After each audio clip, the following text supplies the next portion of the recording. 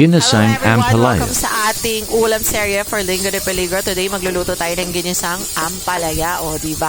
So, nakita nyo, nagigisa na ako. Hindi ko na pinakita nung inuna ko. Alam nyo na yan. Inuuna dapat ang sarili. Ala, sabi. Tapos ayan, syempre, lagay na natin ating main ingredient, ang baboy. Baboy ba yan? Parang di nagrito. Ang palaya yan. Ilagay na natin siya. So, turuan ko yung life hack, no? Para matanggal ang bitterness. Bitterness? Mag-move on. Hay! Hindi yon. Ibig sabihin ng bitterness ng ampalaya. So, pwede nyo siya ibabad saglit sa tubig na may asin, tapos bigain nyo siya with cloth. O, ayan. May natutunan na naman kayo.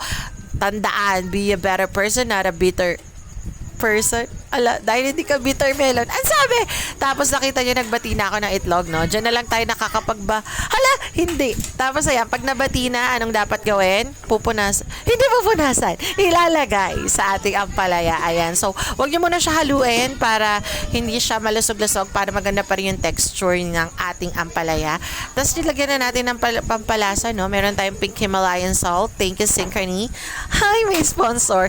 Tapos meron din tayong black pepper meal. So, paminta lang yan, no? Pag mga taga public school. Ayan, syempre, pagkatasan ng gagawin, tititigan. Hindi, syempre, hahaluin natin yan. Alam nyo ba na ang ampalaya, yes, as a Google person, alam nyo ba na ang ampalaya ay mayaman sa fiber at good siya sa ating blood, and also meron din siyang cancer fighting properties. Ngayon, alam mo na. Ay, doon ka sa far away, parang hindi na-grade to.